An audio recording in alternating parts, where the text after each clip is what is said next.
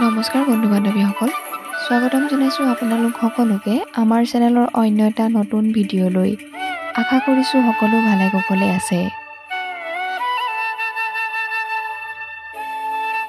আজিৰ ভিডিঅ'টিত লৈ আহিছোঁ ৰেঙনি চেনেলত সম্প্ৰচাৰিত হৈ থকা ধাৰাবাহিক বেহাৰবাৰী আউটপোষ্টত এঞ্জেল কুমকুমৰ চৰিত্ৰত অভিনয় কৰা অভিনেত্ৰীগৰাকীৰ বিষয়ে।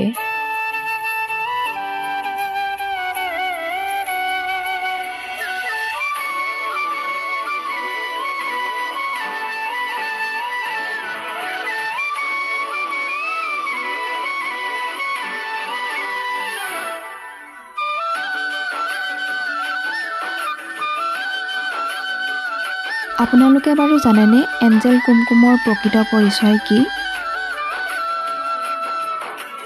আপোনালোকে বাৰু এঞ্জেল কুমকুমৰ চৰিত্ৰটি কেনে পায় কমেণ্ট কৰি জনাবচোন। লগতে যিসকলে তেওঁৰ অভিনয় চাই ভাল পায় তেওঁলোকে প্লিজ এটা লাইক কৰি দিব।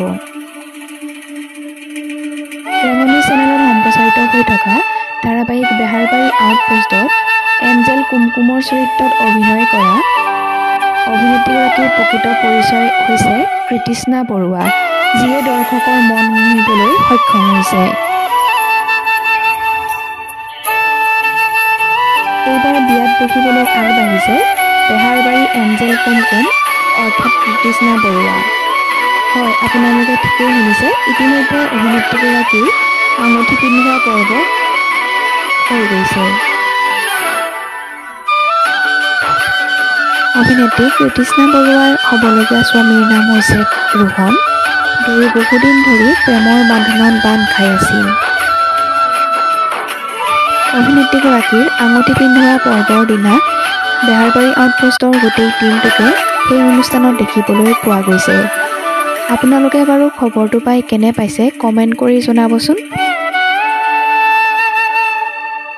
ইতিমধ্যে অভিনেত্ৰী কৃতিস্না বৰুৱাই তেওঁ সেই শুভ মুহূৰ্তৰ বিশেষ দিনটোৰ ফটো ইনষ্টাগ্ৰামৰ পোষ্টযোগে শ্বেয়াৰ কৰিছে।